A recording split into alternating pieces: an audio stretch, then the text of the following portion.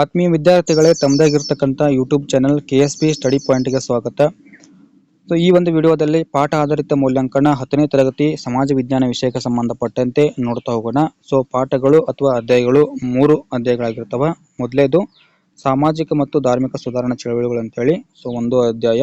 ಅದೇ ರೀತಿ ಏನಂತಂದ್ರೆ ದುಡಿಮೆ ಮತ್ತು ಆರ್ಥಿಕ ಜೀವನ ಅಂತಕ್ಕಂಥದ್ದು. ನೆಕ್ಸ್ಟ್ ಭಾರತದ ಅರಣ್ಯ ಸಂಪತ್ತು ಅಂತಕ್ಕಂಥ ಒಂದು ಅಧ್ಯಾಯ.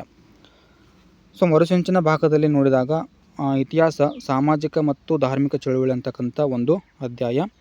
ನೆಕ್ಸ್ಟು ದುಡಿಮೆ ಮತ್ತು ನಿರುದ್ಯೋಗ ಅಂತಕ್ಕಂಥ ಮತ್ತೊಂದು ಅಧ್ಯಾಯ ಇದೆ. ಆಮೇಲೆ ಭಾರತದ ಅರಣ್ಯ ಸಂಪನ್ಮೂಲಗಳು ಅಂತಕ್ಕಂಥ ಒಂದು ಅಧ್ಯಾಯ.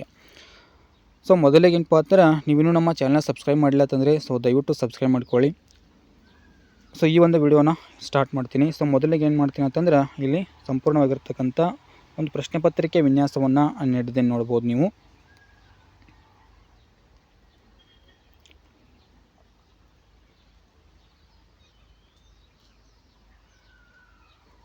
ಓಕೆ.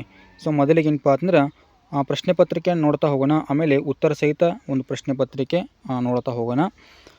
ಸೊ ಅಧ್ಯಾಯಗಳು ಆಲ್ರೆಡಿ ಹೇಳಿದಂಗೆ ಸೊ ಇರ್ತಕ್ಕಂಥದ್ದು. ಇನ್ನು ಮುಖ್ಯ ಪ್ರಶ್ನೆ 1ರಲ್ಲಿ ಏನಪ್ಪ ಅಂದ್ರೆ ಬಹು ಆಯ್ಕೆ ಪ್ರಶ್ನೆಗಳಿರ್ತವೆ. ಸೊ ಬಹು ಆಯ್ಕೆ ಪ್ರಶ್ನೆಗಳು ನೋಡ್ತಾ ಹೋಗೋಣ. ಮೊದಲೇದು, ಸಮಾಜದ ವ್ಯವಸ್ಥೆಯ ಸುಧಾರಣೆಗಾಗಿ ಉಚಿತ ಮತ್ತು ಕಡ್ಡಾಯ ಶಿಕ್ಷಣವನ್ನು ಪ್ರತಿಪಾದಿಸಿದ ಸಂಸ್ಥೆ ಯಾವುದಂತೇಳಿ ಒಂದು ಪ್ರಶ್ನೆ ಇದೆ. ಆಧುನಿಕ ಕಾಲದಲ್ಲಿ ವರ್ಗ ವ್ಯವಸ್ಥೆಗೆ ಕಾರಣ ಯಾವುದಂತೇಳಿ ಮತ್ತೊಂದು ಪ್ರಶ್ನೆ ಇದೆ. ನೆಕ್ಸ್ಟು, ನದಿ ಮುಖಜ ಭೂಮಿಗಳು ಮತ್ತು ನದಿ ಅಳವೆಗಳ ಒಂದು ತಗ್ಗು ಪ್ರದೇಶಗಳಲ್ಲಿ ಕಂಡುಬರುವ ಅರಣ್ಯದ ಒಂದು ವಿಧ ಯಾವುದಂತೇಳಿ ಒಂದು ಪ್ರಶ್ನೆ ಇದೆ. ನೆಕ್ಸ್ಟು ಮುಖ್ಯ ಪ್ರಶ್ನೆ 2ರಲ್ಲಿ ಸೊ ಒಂದು ವಾಕ್ಯದಲ್ಲಿ ಉತ್ತರವನ್ನು ಬರೀಬೇಕು. 4ನೇ ಪ್ರಶ್ನೆ ಯಾವುದಂತಂದ್ರೆ ಮಾನವ ಕುಲಕ್ಕೆ ಒಂದೇ ಜಾತಿ, ಒಂದೇ ಧರ್ಮ, ಒಬ್ಬನೇ ದೇವರು ಎಂದು ಹೇಳಿದವರು ಯಾರು ಅಂತೇಳಿ ಒಂದು ಪ್ರಶ್ನೆ ಇದೆ. ಇನ್ನು ಸಮಾನ ವೇತನ ಕಾಯ್ದೆಯನ್ನು ಏಕೆ ಜಾರಿಗೆ ತರಲಾಗಿದೆ ಅಂತೇಳಿ ಒಂದು 5ನೇ ಪ್ರಶ್ನೆ. 6ನೇದು, ಭಾರತದಲ್ಲಿ ವನ್ಯ ಜೀವಿಧಾಮಗಳನ್ನು ಏಕೆ ನಿರ್ಮಿಸಲಾಗಿದೆ ಅಂತೇಳಿ ಒಂದು ಪ್ರಶ್ನೆ ಇದೆ. ಇನ್ನು ಮುಖ್ಯ ಪ್ರಶ್ನೆ 3ರಲ್ಲಿ ಸೊ 2-3 ವಾಕ್ಯಗಳಲ್ಲಿ ಉತ್ತರವನ್ನು ಬರೀಬೇಕು. ಸೊ 7ನೇ ಪ್ರಶ್ನೆ ಯಾವುದಪ್ಪ ಅಂದ್ರೆ ಭಾರತದ ಸಾಮಾಜಿಕ ಸುಧಾರಣೆಯಲ್ಲಿ ರಾಜಾರಾಮ್ ಮೋಹನ್ ರಾಯ್ ಅವರ ಒಂದು ಪಾತ್ರ ಸ್ಮರಣೀಯವಾದದ್ದು ಹೇಗೆ ಅಂತೇಳಿ ಸಮರ್ಥಿಸಬೇಕು. 8ನೇದು, ನಿರುದ್ಯೋಗವು ಸಮಾಜದ ಮೇಲೆ ಕೆಟ್ಟ ಪರಿಣಾಮವನ್ನು ಬೀರಿದೆ ಹೇಗೆ ಅಂಥೇಳಿ ಸೊ ಇದನ್ನು ಕೂಡ ಬರೀಬೇಕು. ಇನ್ನು ಅರಣ್ಯಗಳು ಮಾನವ ಮತ್ತು ಪರಿಸರಕ್ಕೆ ಬಹಳಷ್ಟು ಉಪಯುಕ್ತ ಸಂಪನ್ಮೂಲಗಳಾಗಿವೆ, ಇದನ್ನು ಸಮರ್ಥಿಸಬೇಕು. ಮುಖ್ಯ ಪ್ರಶ್ನೆ 4ರಲ್ಲಿ 6 ವಾಕ್ಯಗಳಲ್ಲಿ ಉತ್ತರವನ್ನು ಬರಬೇಕು. 10ನೇ ಪ್ರಶ್ನೆ ಯಾವುದು ಅಂದರೆ ವೈದಿಕ ಸಂಸ್ಕೃತಿಯನ್ನು ಪುನರುಜ್ಜೀವನಗೊಳಿಸುವಲ್ಲಿ ದಯಾನಂದ ಸರಸ್ವತಿಯವರು ಪ್ರಮುಖ ಪಾತ್ರ ವಹಿಸಿದರು, ಸಮರ್ಥಿಸಿ ಅಂತೇಳಿ. ಇನ್ನು ಭಾಗ 2ರಲ್ಲಿ ಮರುಸಂಚನದಲ್ಲಿ ನೋಡ್ತೀವಿ. ಸೊ ಇತಿಹಾಸ, ಸಾಮಾಜಿಕ ಮತ್ತು ಧಾರ್ಮಿಕ ಚಳವಳಿಗಳು ಅಂತೇಳಿ ಸೊ ಒಂದು ಅಧ್ಯಾಯ. ದುಡಿಮೆ ಮತ್ತು ನಿರುದ್ಯೋಗ ಅಂತಕ್ಕಂಥದ್ದು, ಭಾರತದ ಅರಣ್ಯ ಸಂಪನ್ಮೂಲಗಳು ಅಂತಕ್ಕಂಥ 3 ಅಧ್ಯಾಯಗಳಿದಾವೆ. ಈ 3 ಅಧ್ಯಾಯಗಳ ಮೇಲೆ ಏನಂತಂದ್ರೆ ಬಹು ಆಯ್ಕೆ ಪ್ರಶ್ನೆಗಳು 5 ಪ್ರಶ್ನೆಗಳಿರ್ತವೆ, ಇಲ್ಲಿ ನೋಡ್ಬೋದು. ಮೊದಲನೇದು, ಆರ್ಯ ಸಮಾಜವನ್ನು ಸ್ಥಾಪಿಸಿದವರು ಯಾರು ಅಂತೇಳಿ. ನೆಕ್ಸ್ಟು, ಬುದ್ಧಿ, ಜ್ಞಾನ, ಕೌಶಲ್ಯಗಳನ್ನು ಬಳಸಿ ಮಾಡ್ತಕ್ಕಂಥ ದುಡಿಮೆಯನ್ನು ಏನೆಂದು ಕರೆಯಲಾಗುತ್ತದೆ ಅಂತೇಳಿ. ನೆಕ್ಸ್ಟು, ಅಸಂಘಟಿತ ಕೆಲಸಗಾರರಲ್ಲಿ ಸಾಮಾನ್ಯವಾಗಿ ಕಂಡುಬರುವ ಅಂಶ ಯಾವುದು ಅಂತೇಳಿ ಮತ್ತೊಂದು ಪ್ರಶ್ನೆ ಇದೆ. 4ನೇದು, ಅರಣ್ಯದ ಸಂರಕ್ಷಣೆಗೆ ಯಾವ ರೀತಿಯ ಕಾನೂನು ಕ್ರಮ ಕೈಗೊಳ್ಳಲಾಗಿದೆ ಅಂಥೇಳಿ ಸೊ 4ನೇ ಪ್ರಶ್ನೆ ಇದೆ. ಇನ್ನು 5ನೇದು ಅಥವಾ ಕೊನೆಯ ಪ್ರಶ್ನೆ, ಅರಣ್ಯ ಸಂಪನ್ಮೂಲಗಳು ಯಾವ ಕ್ಷೇತ್ರಕ್ಕೆ ಕಚ್ಚಾ ವಸ್ತು ಒದಗಿಸುತ್ತವೆ ಅಂತೇಳಿ. ಸೊ ಇದಿಷ್ಟು ಏನಂತಂದ್ರೆ ಪ್ರಶ್ನೆ ಪತ್ರಿಕೆ ಆಗಿರ್ತದೆ. ಇನ್ನು ಉತ್ತರ ಸಹಿತ ಏನು ಮಾಡೋಣ ಅಂತಂದ್ರೆ ಇಲ್ಲೇ ನೋಡ್ತಾ ಹೋಗೋಣ. ಸೊ ಡೈರೆಕ್ಟಾಗಿ ಏನಪ್ಪ ಅಂತಂದ್ರೆ ಮೊದಲೇ ಒಂದು ಮುಖ್ಯ ಪ್ರಶ್ನೆಯಲ್ಲಿ ಮೊದಲೇ ಒಂದು ಪ್ರಶ್ನೆ, ಸಮಾಜದ ವ್ಯವಸ್ಥೆಯ ಸುಧಾರಣೆಗಾಗಿ ಉಚಿತ ಮತ್ತು ಕಡ್ಡಾಯ ಶಿಕ್ಷಣವನ್ನು ಪ್ರತಿಪಾದಿಸಿದ ಸಂಸ್ಥೆ. ಇಲ್ಲಿ ಸಂಸ್ಥೆ ಯಾವುದಪ್ಪ ಅಂದ್ರೆ ಬ್ರಹ್ಮ ಸಮಾಜ ಅಂತಕ್ಕಂಥದ್ದು ಈ ರೀತಿಯಾಗಿ ಪ್ರತಿಪಾದನೆ ಮಾಡ್ತದೆ. 2ನೇ ಪ್ರಶ್ನೆ, ಆಧುನಿಕ ಕಾಲದಲ್ಲಿ ವರ್ಗ ವ್ಯವಸ್ಥೆಗೆ ಕಾರಣ. ಸೊ ಇಲ್ಲಿ ಕಾರಣ ಯಾವುದಂತಂದ್ರೆ ಕೈಗಾರೀಕರಣ ಅಂತಕ್ಕಂಥದ್ದಲ್ಲಿ ಮುಖ್ಯವಾಗಿ ಕಾರಣ ಆಗ್ತದೆ. 3ನೇ ಪ್ರಶ್ನೆ, ನದಿ ಮುಖಜ ಭೂಮಿಗಳು ಮತ್ತು ನದಿ ಅಳವೆಗಳ ಒಂದು ತಗ್ಗು ಪ್ರದೇಶಗಳಲ್ಲಿ ಕಂಡುಬರುವ ಅರಣ್ಯದ ವಿಧ ಯಾವುದು ಅಂತೇಳಿ ಇಲ್ಲಿ ಬರೀಬೇಕು. ಸೊ ಅರಣ್ಯದ ವಿಧ ಯಾವುದಪ್ಪ ಅಂತಂದ್ರೆ ಮ್ಯಾಂಗ್ರೋವ್ ಅರಣ್ಯಗಳು ಅಂತಕ್ಕಂಥವುಗಳು ಸೊ ಆ ಒಂದು ಭಾಗದಲ್ಲಿ ಕಂಡುಬರ್ತವೆ. ನೆಕ್ಸ್ಟು ಮುಖ್ಯ ಪ್ರಶ್ನೆ 7ರಲ್ಲಿ ಒಂದು ವಾಕ್ಯದಲ್ಲಿ ಉತ್ತರವನ್ನು ಬರೀಬೇಕು. 4ನೇ ಪ್ರಶ್ನೆ ಏನಂತಂದ್ರೆ ಮಾನವ ಕುಲಕ್ಕೆ ಒಂದೇ ಜಾತಿ, ಒಂದೇ ಧರ್ಮ, ಸೊ ಒಬ್ಬನೇ ದೇವರು ಅಂಥೇಳಿ ಹೇಳಿದವರು ಯಾರು ಅಂಥೇಳಿ. ಸೊ ಇಲ್ಲಿ ಯಾರು ಹೇಳ್ತಾರೆ ಅಂತಂದ್ರೆ ನಾರಾಯಣ ಗುರು ಅವರು ಸೊ ಈ ರೀತಿಯಾಗಿ ಹೇಳ್ತಾರೆ ತಮ್ಮ ಒಂದು ಧರ್ಮದಲ್ಲಿ. ನೆಕ್ಸ್ಟು 5ನೇ ಪ್ರಶ್ನೆ ಏನಂತಂದ್ರೆ ಸಮಾನ ವೇತನ ಕಾಯ್ದೆಯನ್ನು ಏಕೆ ಜಾರಿಗೆ ತರಲಾಗಿದೆ ಅಂಥೇಳಿ. ಸೊ ಏಕೆ ಜಾರಿಗೆ ತರಲಾಗಿತ್ತಪ್ಪ ಅಂತಂದ್ರೆ ದುಡಿಮೆಯಲ್ಲಿನ ತಾರತಮ್ಯ ನಿವಾರಣೆ ಮಾಡಲಿಕ್ಕೆ ಸಮಾನ ವೇತನ ಕಾಯ್ದೆ ಏನು ಮಾಡಿರಪ್ಪ ಅಂತಂದ್ರೆ ಜಾರಿಗೆ ತಂದರು ಅಂತೇಳಿ ನಾವು ನೋಡ್ತೀವಿ. 1976ರಲ್ಲಿ ಸೊ ಈ ಒಂದು ಸಮಾನ ವೇತನ ಕಾಯ್ದೆಯನ್ನು ಜಾರಿಗೆ ತರ್ತಾರೆ. ಭಾರತದಲ್ಲಿ ವನ್ಯಜೀವಿಧಾಮಗಳನ್ನು ಏಕೆ ನಿರ್ಮಿಸಲಾಗಿದೆ ಅಂತೇಳಿ ಮತ್ತೊಂದು ಪ್ರಶ್ನೆ. ಸೊ ಏಕೆ ತಂದಾಗ ವಿವಿಧ ಪ್ರಾಣಿಗಳನ್ನು ಅವುಗಳ ಮೂಲ ಸ್ಥಳಗಳಲ್ಲೇ ಏನಪ್ಪ ಅಂದ್ರೆ ಸಂರಕ್ಷಿಸಲು ಸೊ ಈ ಒಂದು ವನ್ಯಜೀವಿಧಾಮಗಳನ್ನ ಏನು ಮಾಡಿದಪ್ಪ ಅಂದ್ರೆ ಸ್ಥಾಪನೆ ಮಾಡಲಾಗಿದೆ ಅಂತೇಳಿ ನೋಡ್ತೀವಿ. ಮುಖ್ಯ ಪ್ರಶ್ನೆ 3ರಲ್ಲಿ 2-3 ವಾಕ್ಯಗಳಲ್ಲಿ ಉತ್ತರವನ್ನು ಬರೀಬೇಕು. 7ನೇ ಪ್ರಶ್ನೆ ಏನಪ್ಪ ಅಂದ್ರೆ ಭಾರತದ ಸಾಮಾಜಿಕ ಸುಧಾರಣೆಯಲ್ಲಿ ರಾಜಾರಾಮ್ ಮೋಹನ್ ರಾಯ್ ಅವರ ಒಂದು ಪಾತ್ರ ಸ್ಮರಣೀಯವಾದದ್ದು ಹೇಗೆ ಅಂತೇಳಿ.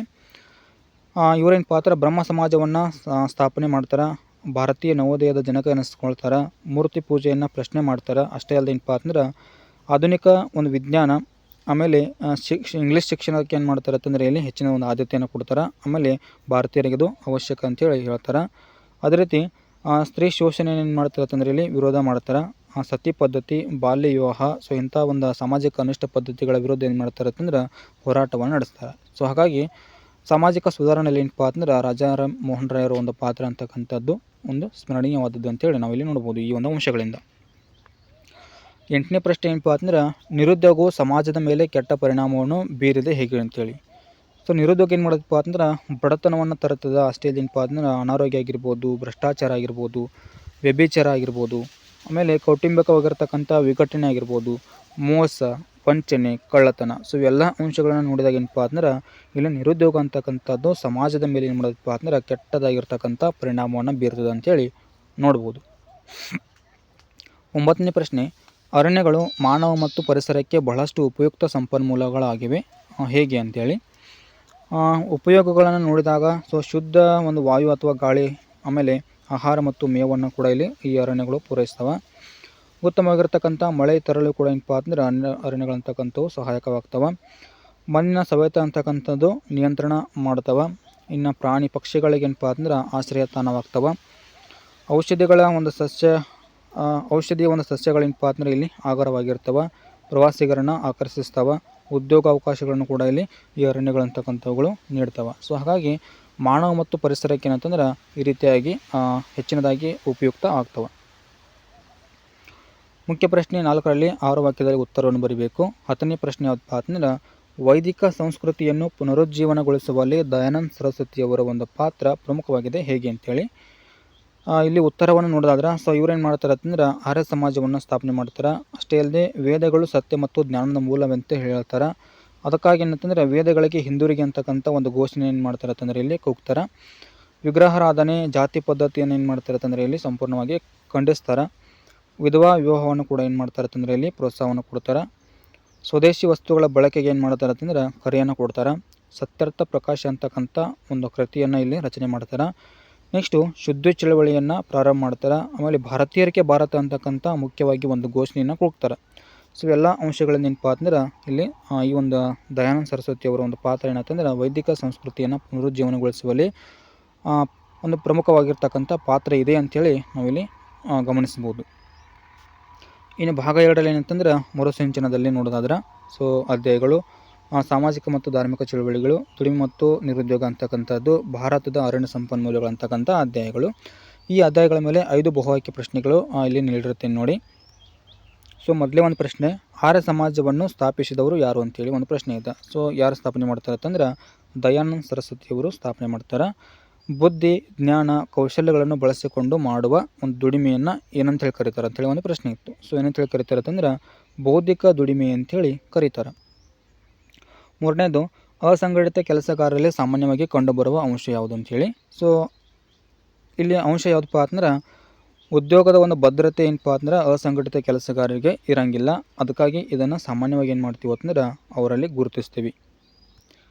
4ನೇ ಪ್ರಶ್ನೆ, ಅರಣ್ಯದ ಸಂರಕ್ಷಣೆಗೆ ಯಾವ ರೀತಿಯ ಕಾನೂನು ಕ್ರಮ ಕೈಗೊಳ್ಳಲಾಗಿದೆ ಅಂಥೇಳಿ.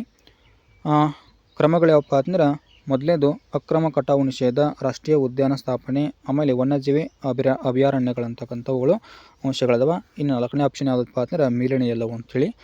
ಇಲ್ಲಿ ಉತ್ತರ ಯಾವುದಾಗ್ತಿದ್ದಪ್ಪ ಅಂದ್ರೆ ಮೇಲಿನ ಎಲ್ಲವೂ ಅಂತಕ್ಕಂಥದ್ದು ಉತ್ತರ ಆಗ್ತದೆ. ನೆಕ್ಸ್ಟು 5ನೇದು ಅರಣ್ಯ ಸಂಪನ್ಮೂಲಗಳು ಯಾವ ಕ್ಷೇತ್ರಕ್ಕೆ ಕಚ್ಚಾ ವಸ್ತು ಒದಗಿಸುತ್ತೇವೆ ಅಂಥೇಳಿ. ಸೊ ಯಾವ ಕ್ಷೇತ್ರ ಅಂತಂದ್ರೆ ಕೈಗಾರಿಕಾ ಕ್ಷೇತ್ರಕ್ಕೆ ಹೆಚ್ಚಿನದಾಗಿರ್ತಕ್ಕಂಥ ಒಂದು ಕಚ್ಚಾ ವಸ್ತುಗಳನ್ನು ಇಲ್ಲಿ ಅರಣ್ಯಗಳು ಒದಗಿಸ್ತವೆ. ಇದಿಷ್ಟು ಏನಂತಂದ್ರೆ ಪ್ರಶ್ನೆ ಪತ್ರಿಕೆ ಒಂದು ಉತ್ತರ ಸಹಿತ ಆಗಿರ್ತದೆ. ಇನ್ನು ಕೊನೆಯದಾಗಿ ಏನಂತಂದ್ರೆ ಇಲ್ಲಿ ನೀರಿನ ನಕ್ಷೆಯನ್ನು ಕೊಟ್ಟಿರ್ತೀನಿ ನೋಡ್ಬೋದು.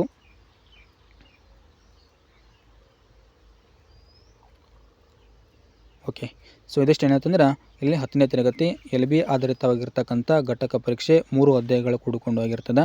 ಈ ಒಂದು ವಿಡಿಯೋನ ಆದಷ್ಟು ನಿಮ್ಮ ಸ್ನೇಹಿತರಿಗೆ ಶೇರ್ ಮಾಡಿ ಅಂತ ಹೇಳ್ತಾ ಈ ಒಂದು ವಿಡಿಯೋನ ಇಲ್ಲಿಗೆ ಮುಗಿಸ್ತಾ ಇದ್ದೀನಿ. Thank you.